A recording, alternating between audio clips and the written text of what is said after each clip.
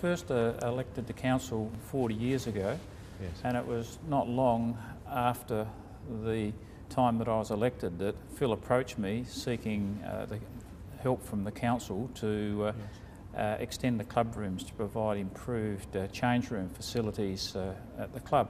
Yes.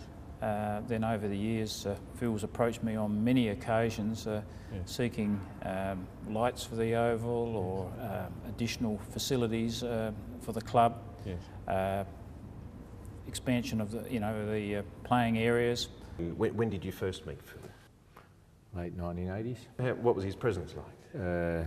Big and overpowering. Was he aggressive?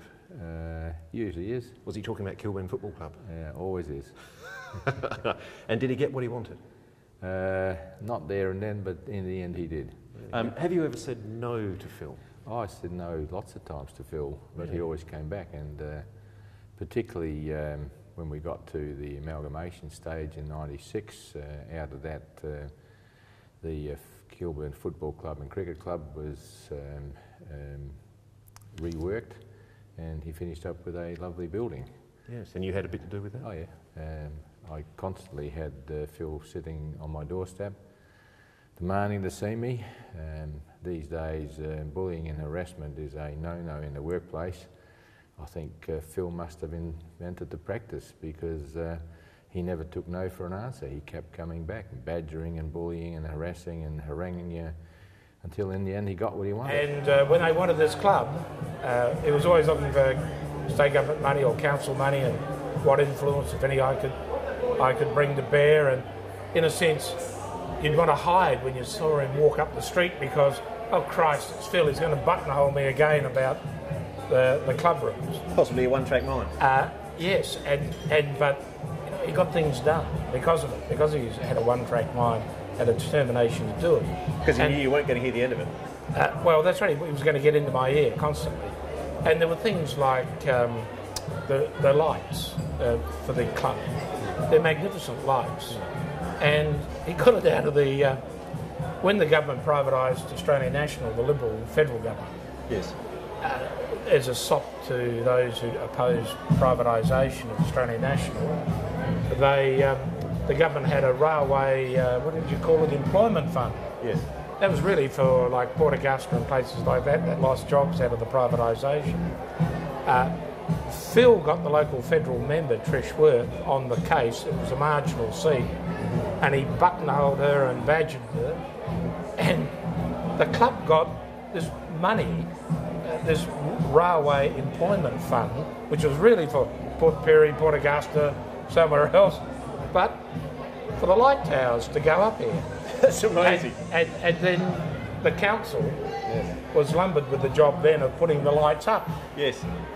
But they didn't want to spend the money on it. You know, Phil got the lights, but the council hadn't budgeted for the electrical wiring and all that to go in. And typical Phil, well, all right, we've got the lights, they'll be delivered and they'll be lying over the oval. Does the council want to be embarrassed? Shame. You know?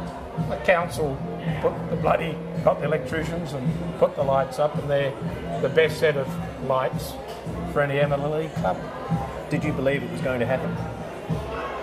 Well, by this time, yes, because after I'd seen Phil get to work, and also another example was a lot of the football clubs had fallen into arrears with the old City Council, Enfield City Council. And the the Enfield Council was saying, look, if you guys don't pay your rent, which was nominal, but it built up over the years, you know, you may be in strife, you might get a renewal of your licence, those sorts of things.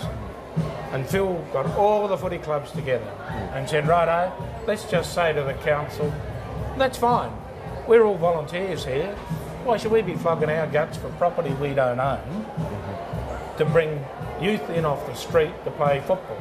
Well, here's the keys back. You look after the bludgers. You look after all the little kids. We'll have nothing to do with it. And the council came to the rescue and wrote off a lot of debt. I have to admit that I've always found Phil to be very politically savvy. Yes. Well, he approached you cap in hand? Or? Well, I guess, you know, he's sort of always been aware of when grant monies have been around, Yes. and he hasn't been slow to come forward and try and get a share of those grant monies. No. And this predates Carol being on the council?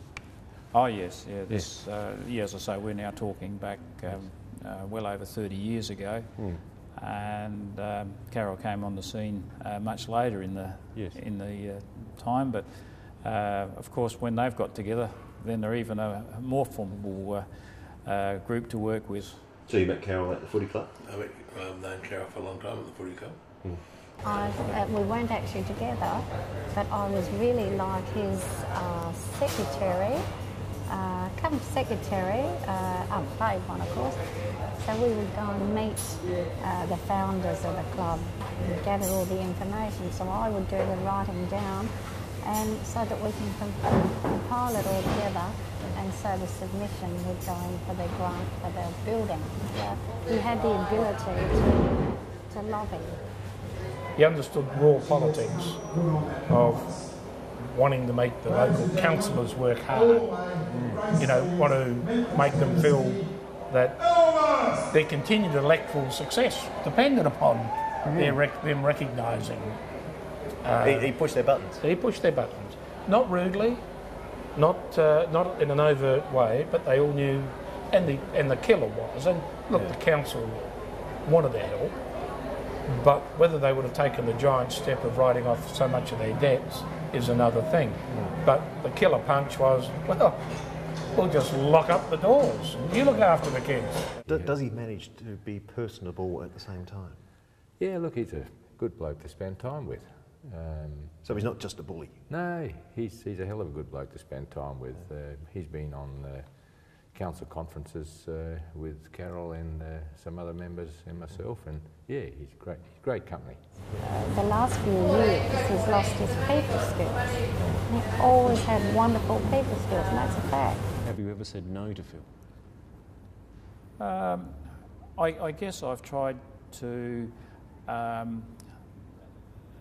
can you put it, convince him at times that maybe he's aiming a little bit too high, and that maybe he needs to change what he wants to do a little bit, because sometimes I think he's a little bit impatient, and that he tries to get things too quickly, and maybe he doesn't, tick all the boxes when he's, making his applications. But in the end, I think he gets where he wants to go because he's got the drive. And if it wasn't for him, I can assure you, there would not be that infrastructure there for the community today. With everything that he's doing, they still put shit on him. He mainly is brought back whenever the club is in trouble, and he's brought back to come and rebuild the club and get it back on its feet again. And he does that, and then he obviously takes a bit of a sabbatical and leaves him alone for a while, and then he's back again. Because he can't help himself? No. Have you ever had a crossword with him? Oh yes. Yeah. But that's okay. Yeah. He always, I gather he's had crosswords with everyone, but he's always quick to patch things up. Yeah, it's not crosswords, it's just, he gets a bit loud and he gets a bit enthusiastic about the point he's trying to bring across, and I think that's fine. He knows that club's his club. It's a community's club, but he wants to make sure everything's running fine. The amount of money he's sinking into the club to keep that afloat is just absolutely amazing. How much we put in, no one will ever know. He puts his hand in his pocket more times than people think he does. There's a lot of money that he puts in that club, and people just takes it for granted, thinking it's the club that done it. Phil's put a lot of money into that club out of his own personal money. So he's done a lot of good things there. All my money, normally I won't go to the hotels and spend money. I go straight to the footy club. All the others go to the hotels all around the place. All my money goes to the footy club. I find that easy. If I have a hard day, I'll sit at the footy club and drink brandy.